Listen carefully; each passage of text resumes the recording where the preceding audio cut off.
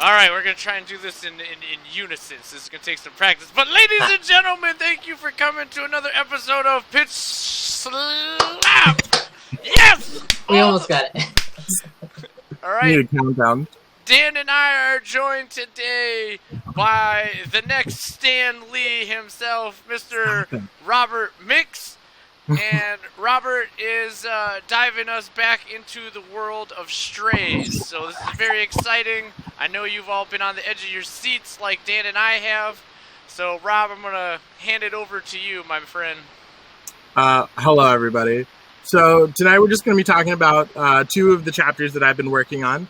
Right now, they're just like kind of bare bones, like very rough draft. Just kind of like me, what I see in my head, just on paper, but like not much like, not judged up, I guess you could say. It's just like my first pass through because I don't have a lot of experience in writing. So like things like people's faces and stuff, like I don't know how to do yet. So like I'm not doing those on my first pass. I'm just trying to get like the basics of like what I see in my head onto paper.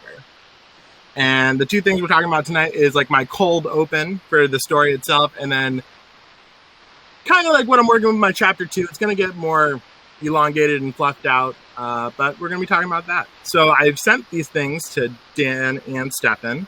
So guys, what have you thought about them? Okay. Well, firstly, man, I'm very impressed with the world that you've created. You know what I mean? Like it's the short stories definitely are one thing, poems are one thing, but then being able to kind of literally build your own world in a genre like superheroes, which I imagine is kind of like difficult, right? Because a lot of people have their own spins on heroes or how they would do it, so it's something where there is a lot of ideas already flowing, and you're just like, look, man, you're like Quentin Tarantinoing it. You're like, look, this is how Robert Mix rolls, and I think that's really cool, you know. And I'm curious, what inspired you to, like you said, for the start of your thing, a cold open? What inspired you to just kind of like, that's how we're gonna start? Well, so like growing up, I watched a lot of shows and movies like that start with like cold open. So like things like CSI and Bones and stuff like that, where it's like they give you a little glimpse of the beginning, or they give you like the small setup to the beginning of the story. A book series that I really liked growing up, did it a lot, was the Alex Rider series. I don't know if you guys ever read that. Alex Rider, he's a teenage spy for the British government, and a lot of his books start from the villain's perspective, just like a short blurb from the first chapter is just like about the villains, they're doing something bad, and then it just kind of ends, and then the actual story begins. So it gives you an idea of like, oh, it kind of like sets the tone for it. So that's what I wanted my cold open to be for. I just wanted to like bring it right into the world to like the people that we're going to be dealing with. Yeah, and I like how you just framed that. Like it sets the tone for like what we're about to jump into. I'd love to hear like what tone you were trying to strike, because like I can tell you like what I felt. I felt like very much in the first cold open like horror vibes. Like it was pretty spooky, just the way you laid it all out. The torture chamber hunting, hunting cabin. So it was very, very creepy. And you definitely got to feel like this is part of like a bigger operation too. Like, Scald and Zephyr, I think, are the two. Yeah. And they're like, talking to the big boss, so you get the feel like there's something going on there. They're fishing out information.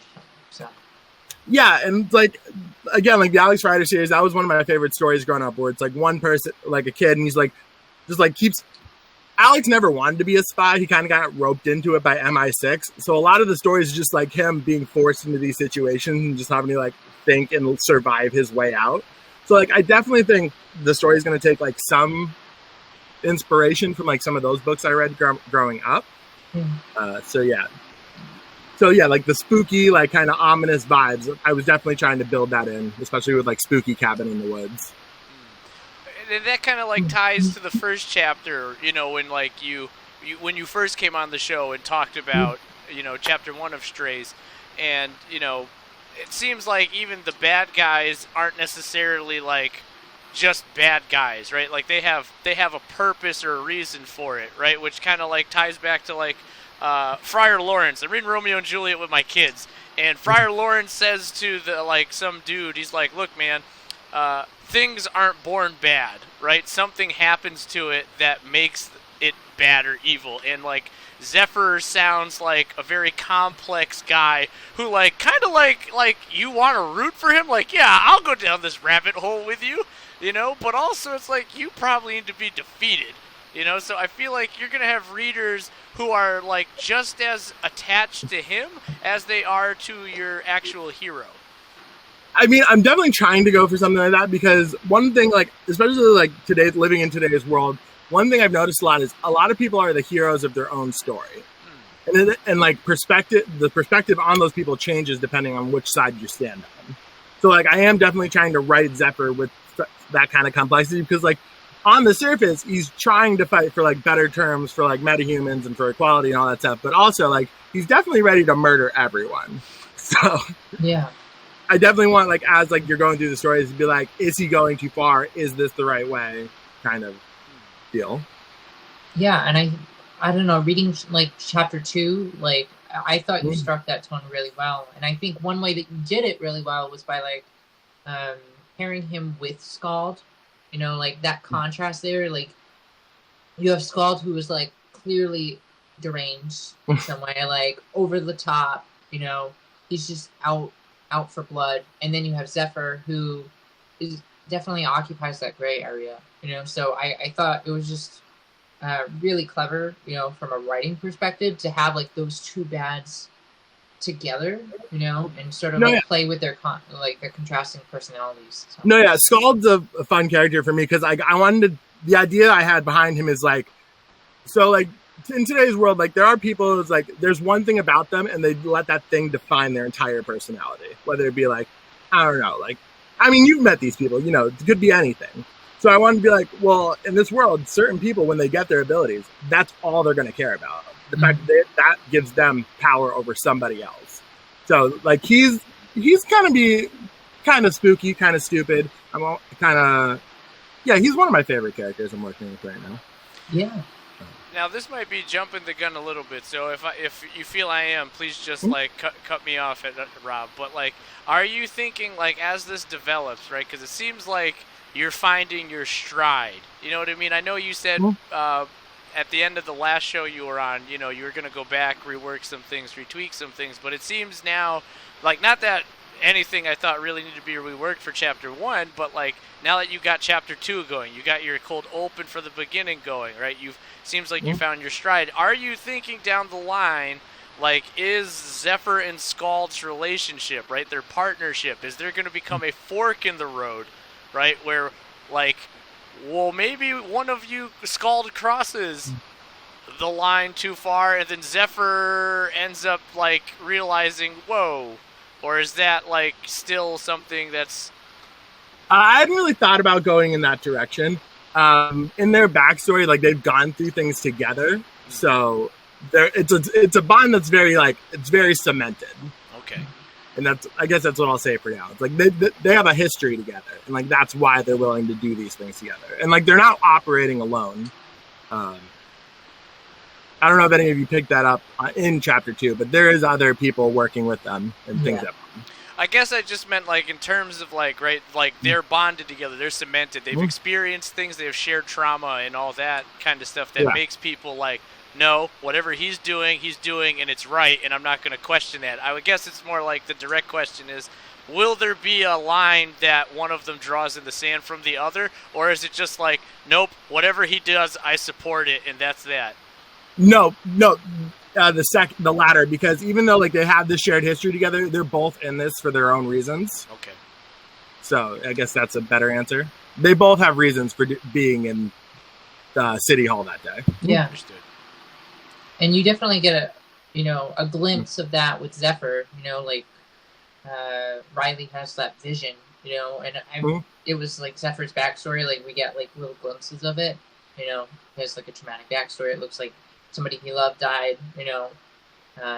I kind of forget if you touched on this in the last episode, like Zephyr's backstory, but like even still, like I understood that in that moment when Riley was, you know, connected with Zephyr, like he was kind of empathizing with Zephyr in some capacity. So I really like how even in the beginning of your story, like you're kind of layering the villain. Like, you know, it's not like they're a total bad person from the beginning. Like they have motivations that are clear from the start. So that's really cool. Yeah, like I don't want like Zephyr is technically like a bad guy for like he's an antagonist in the story, but it's like unless you're just like there are certain people who are just gonna be like, nah, they're bad, they're in this for money, they just like to kill people. But like most of the people I feel like I'm putting in these situations, like it's gonna be more like these are the reasons why they're living. These are they're fighting for things.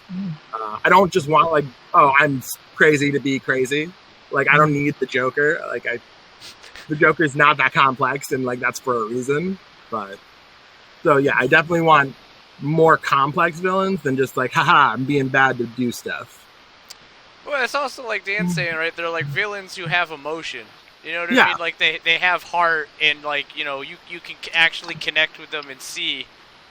All right, this makes sense. Why this road? This is their journey they're on now.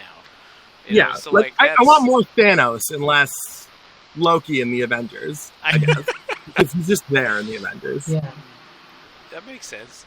Now move with Chapter 2, Rob.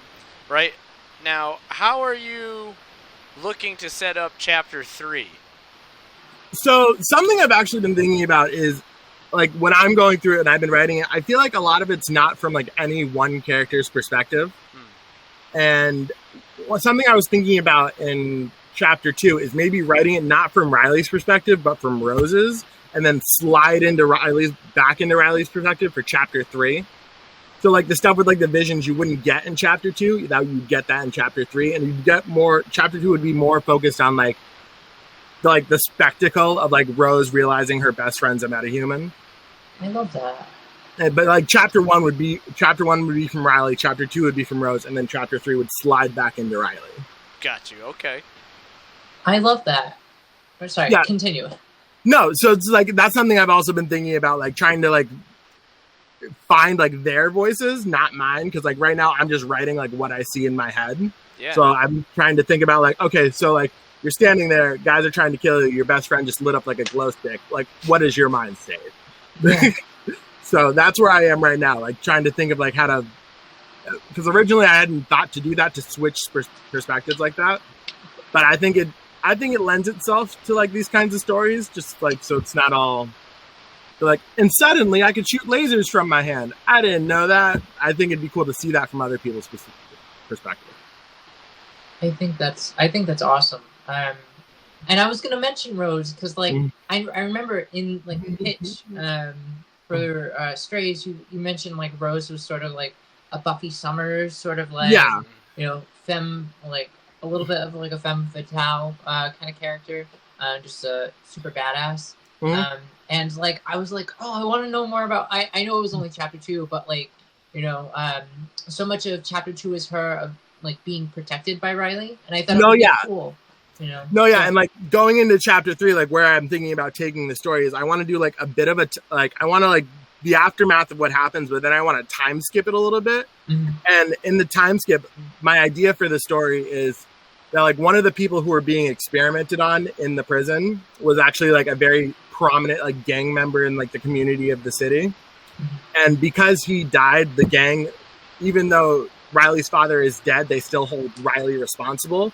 So like throughout the time skip in my head, I see it as like there's like a hit out on Riley, and throughout the months, like he's constantly fighting, and that's why he's learning how to fight. But because Rose won't let him go through that alone, she learns to fight too, and like so she starts building gadgets and techs. Because I haven't really touched on it much in Chapter 2, but in Chapter 1, I want to bring it up that Rose is a hard light engineer. She creates devices that utilizes hard light.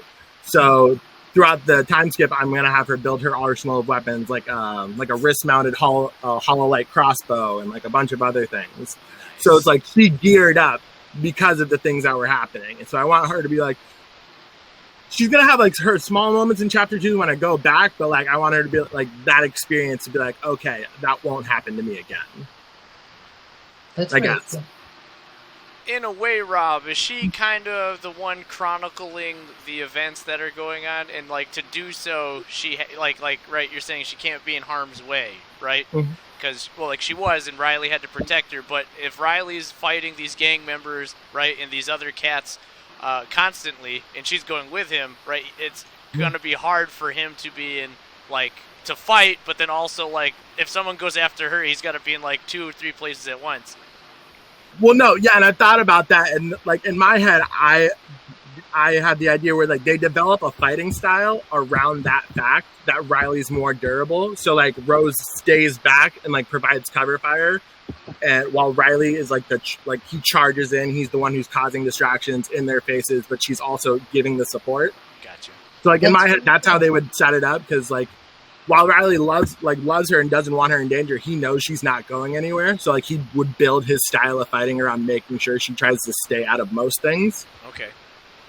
So like that was the idea, but like I want the hit out on them to be so big that like humans and metahumans, like anyone in the city is like out to get them. So they're just like constantly like always ready to fight. That's where like I have them right now. Yeah. My idea for chapter 3. Well, that sounds like a very exciting chapter, man. Like, yeah, and like after the time skip and like the introduction of like, okay, this is their lives now. That's when I want to like pull it back to like bring some newer characters in. That sounds really great, and I think you know, in your pitch you sort of like built out like a lot of characters for this world. So I think you know. So like in chapter 3, like after the initial like, hey, this is their lives. That's when I want to bring in. Hold on. Let me grab mine. Where's my notebook? Spencer and Elle. That's when I want to bring them in. And I don't want to go too deep into that because I'm still working on like some of like the finer details of it. But like that's when I'm going to start introducing that and like the game, and it'll all tie back into Zephyr and all the bad guys eventually. But that's where chapter 3 looks like it's heading. Yeah. No, man, like literally the ground floor up. That's what you're doing, man. It's impressive. It's impressive, and you know, it's extremely entertaining. You know, all of that. I wish I could see what's like in your head. Oh, you don't want to go there. It's weird. When writing the cold open in chapter 2, Rob, what did you find like the hardest thing to do is, right? Because it sounds like you got like an awful lot of good ideas up top, like it's mapped out at least up to some of chapter 3, if not a little bit more beyond. But how do you decide what makes the cut and what like maybe doesn't get in there, or what maybe is saved and then used for possibly other chapters? I just try to run through it in my head like a movie. I just like, okay, where are we? And so it's like the thing with like Dan Morrell, like I want to flesh out his backstory a little more, because like right now he's just a guy strapped to the table who did something bad. But you do go over that a little more in chapter 1. But I don't know. I just can you repeat the question? I'm sorry, my brain. No, that's okay. It sounded like one question. I think it went into 3. But I guess like you were like, hey, I have chapter 2 in my head. I gotta go back and rework it, right? So when you're doing that process, because now you have it on paper, right? And that feels like, that's got to feel good to get that out of your head. But how did you decide, so I guess this is a 2-part question. So the first part is, how did you decide what makes the cut for chapter 2, right? And then like what you save for later, or it doesn't make the cut at all. And then the second part was, what's the hardest part about writing a second chapter to something like to something you're continuing on? Okay. So for instance, so Panzer was a character who he was part of chapter 2. I had him as one of the gang members, as like he was in there with Zephyr and Scald. He is one of the original people who broke in. But I decided I didn't need him in that chapter because like you introduced Scald in the cold open, and then with Zephyr already being what he is in that chapter, I felt like Panzer wasn't going to do anything. Like even when I had him in there originally, he was just like standing there, and I was just like, you don't need to be here. Like 2 metahumans terrorizing children is probably enough in the grand scheme of things. So like in that instance, I was like, he's kind of extra to this situation. I don't need him. And what was the second part? So that's how you decided like what gets cut, right? So then the second part was for what was the hardest part about about writing a second chapter? Honestly, the hardest part about writing the second chapter is like there are things in chapter 1 that are still kind of like for me in terms of like foundation wise. So like choosing to like skip ahead and write it was like, okay, now I need to make sure this all lines up when I go back. Right. So like that's like the hardest thing for me right now, but I think I'm gonna be fine with it. Because I didn't really like call back to any like old information except like the father did something bad. So I think it'll be fine. But like for me, that's the hardest thing right now. That like I wrote chapter 2 without having chapter 1 the way I liked it. I got you. Yeah, and I think that's that okay, make sense? Rob. Yeah, I think that's okay. Choose. I think starting with the.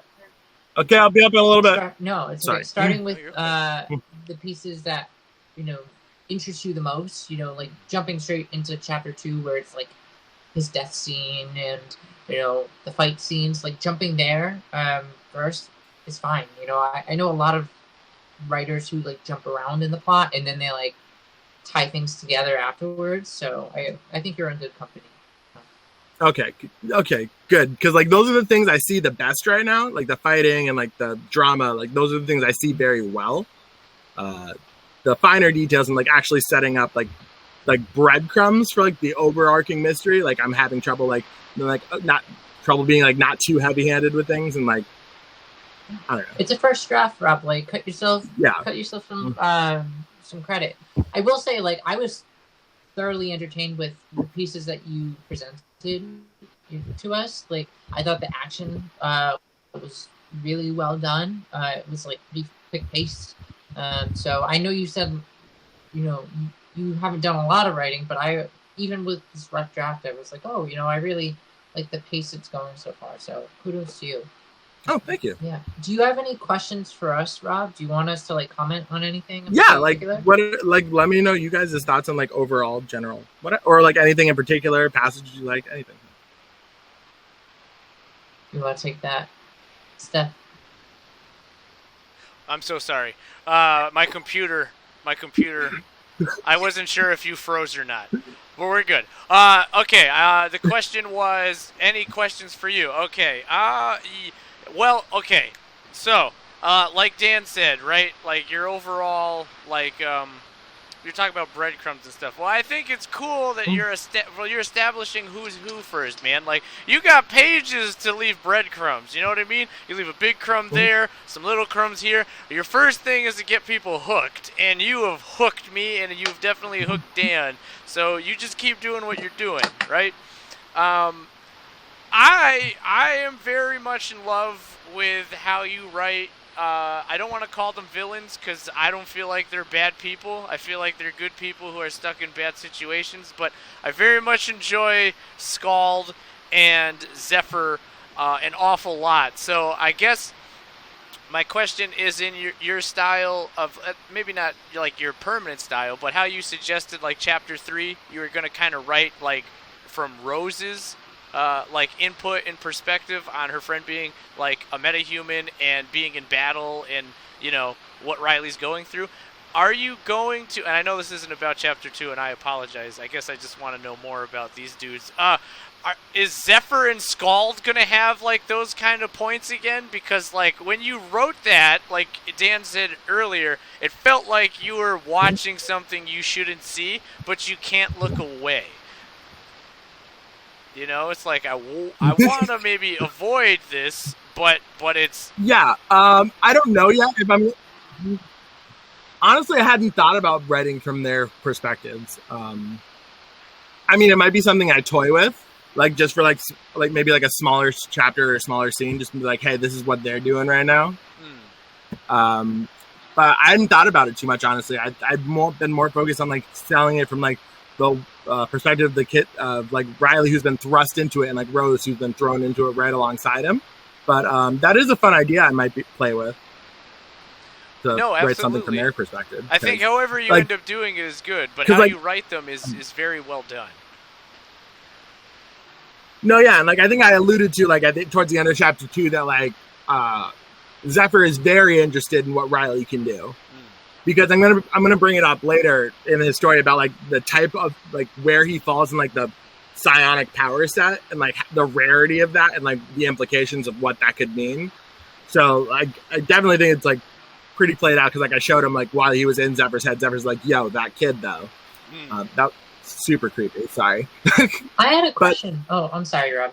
No, yeah, go for it. Yeah, I was thinking this while reading chapter 2.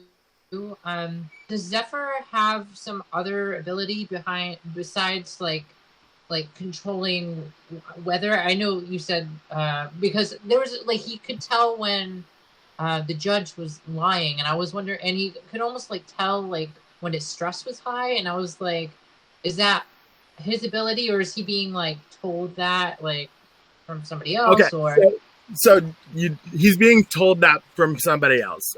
We'll get to that eventually, but okay. Yeah, so is that that's the Hive Minds person that you were talking about? Okay, yeah. So like when I wrote that, I was like, I hope they get like that something weird is happening here. Yeah. So yes, you mentioned, I forgot the name of the person who is the Hive Mind, but there's like one line where they're talking, like I don't know, in an earpiece probably to them. So I was like, or through like a Hive Mind bench, So I was like, oh, something is going on here. So okay, cool. They got that. All right, cool. Because I wanted to make it like I was hoping that it would come up like what was happening with him was like kind of weird and like eerie. Mm-hmm. So okay, yes. So yes, that is. He has friends. You are laying a foundation. Yeah. Yeah. No, it's a very solid build-up. You know what I mean? And I feel I can't stress that enough. Now, is it going to talk more so about Rob? And again, I guess this isn't about chapter 2. You know what? I'll let me rethink about it, and I'll have a question on chapter 2. I'm so sorry. It's okay. Like it's fine, buddy. Well, it's like I guess my question is like the whole idea, like the hive mind, right? Like he's getting information from other people. Mm-hmm. Is it going to show how he like embeds someone in the hive mind? We will get like that stuff will come up like once I like fully introduce that character, and like then like it'll kind of be shown like how their powers work, and like it'll all tie back in. Gotcha. But that's like kind of like one of my like, end gamey kind of antagonists. Like I want them kind of cloaked in shadow, so you don't know what they're doing, so you don't know who they are right away. I like it. Yeah, keep the heavy close but far. No, yeah, because my idea for Zephyr as a character is kind of like a mad king who kind of like always has like one more thing up his sleeve, like one more trick that he's not played yet. And you mentioned it with Zephyr, like, does he have any other powers? But, like, his name is kind of a mystery. Because, like, technically, like, when we, like, really get into it, his ability isn't just wind manipulation. So it's, like, it's got, like, he has layers to his, like, always, like, one thing up his sleeve, always playing something close to the vest. He's like that guy. I got you. He's like Tywin Lannister. He's always got one thing next coming that you don't quite see. He's 5 moves ahead. Hello? Guys? Is this working out? I can hear Steph, and I assume that's a Game of Thrones reference, so yes. Yes, Rob. Okay, so you can't. There's just a delay. I apologize. Hello. Yeah, there's a delay. It's okay. But I haven't seen Game of Thrones, so I'm gonna go with yes on the Lannister. Yes. Yes. Okay. No, that sounds good. Like definitely, in the long run, these guys are definitely gonna. I'm very interested in seeing, like, more. You know what I mean? Like. You dipped our toe into it in chapter 1, and now you got both our feet in the water, Rob, and it's like the water's feeling fine. It's time to go swimming. Oh, you humble me, sir. it's I second what Stefan says, yeah. I really do think what you have so far does a really good job of, I think, setting up your world, Rob. Yes, I don't know. I just want to read more. So keep it up. All right, I definitely will. And when I have more things, I'll definitely let you guys know. Please, please, please, and then come back. Send them all through. Except internet, accept it. I You will, cannot I will. have these I promise. ideas. They're Rob's. Yes, trademark. Please. Trademark. All movie studios, you know how to. You just get in touch with Rob, and he'll talk with you. Yes, of course. Netflix only. Just kidding. If this were to be adapted, though, I guess would you want it to be a film or like a Marvel, like a Netflix type thing? I don't know. I mean, maybe it's because like I enjoyed like the Falcon and the Winter Soldier and like WandaVision, like the way those shows like were allowed to roll out because they had more time. Maybe I would say a series. So like you have more time to like develop things. But I don't know. I think that's a little far ways away. No. I got you. I got being you. trapped in my brain. You're staying grounded, Rob. But I could see it very much being a series. Thank you. Dan the Man, you got any questions? I don't know if I have any more questions. It's just more praise. One thing I was gonna say about like these two pieces that you sent us is I really like your descriptions. Like I think, I know you said this is the first draft and like, perhaps like unpolished, but still like I read it. Like I think what attracted me to the cold open was like you had a lot of great descriptions, right down to like the smell in the cabin of like just rotting flesh. I was like, one, that's gross, but like it brings me into the scene. You know what I mean? So I just thought, like one way that I always feel connected to a story is like when I can feel it, and, like see it and smell it, and I feel like you do that really well, perhaps just intuitively. So, like, keep doing you, keep describing. And I know you mentioned today that you were like, oh, it's rough. I'm not even sure like how to do like descriptions of like characters. But in chapter 2, I thought you did a pretty good job of like setting up character descriptions. They may not be like as airtight as you want them to be, but like I thought when you described a character, it was like an appropriate moment to describe a character. Like when you described Riley's chocolate brown eyes, they were in the context of like when his eyes were like blooming violet. You know what I mean? So it's not like you took like a whole paragraph in the middle of the action to be like, and this is what Riley looked like. Which is like something I've seen with like newer writers, which isn't necessarily bad. It's just like they're trying to like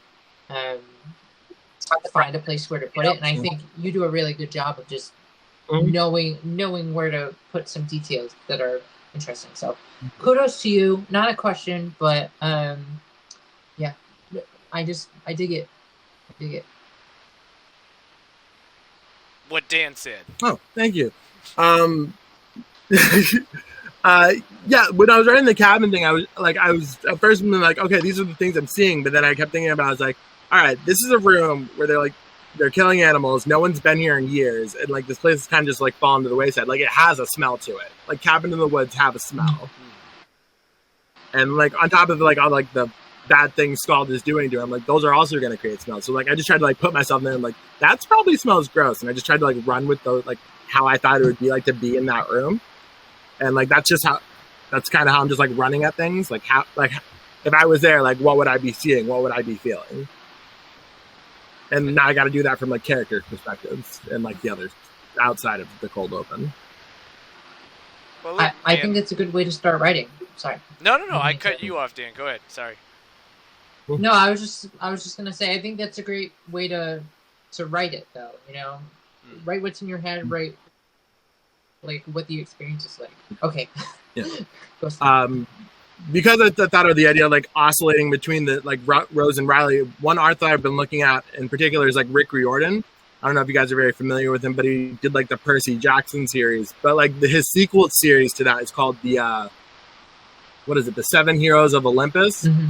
And in those books, he constantly switches between his three protagonists, and like each of those protagonists have a very distinct voice for their sections, and like I kind of want to like tap into that more. Okay. So like when you're reading one chapter, like if you just like opened a book, I want you to be able to be like, okay, this is Riley, not Rose, or like or vice versa, or like whoever. So like I've been trying to like I've been going back through some of his books that I really like to like try and get that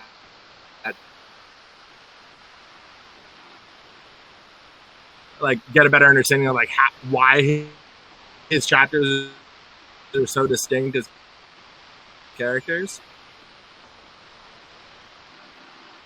So I think Rick Riordan is a great Yeah. inspiration. that's that on that.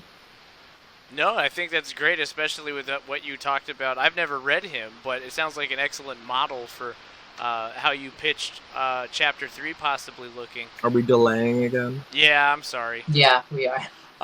The other thing I was going to say, and is it like, you know, as someone who is very much a fan of, like, superheroes and, like, also, like, you know, coming of age or drama, right?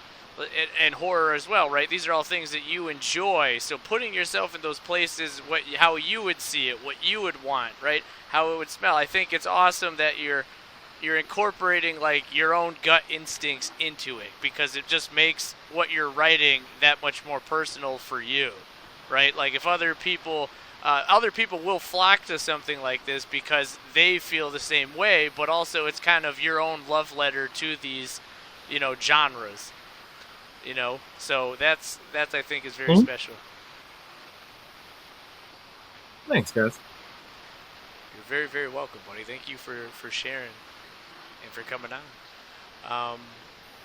No, definitely. Rob, before we close this episode, are there any last minute comments or questions or anything you'd like to ask or put out there? I don't think so. I'm just working on this when I have the time to, and like when I have like the mental fortitude to, and the ADHD is not ruining my life. But I'm just just having fun with it for now. And I'm glad you guys are enjoying it. And I can't wait to show you guys more stuff once I get it done. Well, I know we can't wait to hear more about it and to pick your brain about where you think it's going and how you came up with it. So. Really, that's just awesome. Yeah, thank you for coming on, Rob. Definitely. Dan, you want to close this out, amigo? Do we want to end it? Oh, it's like... All right. This has been another thrilling episode of Pit Slap. Have a good night, everyone. Stay gold.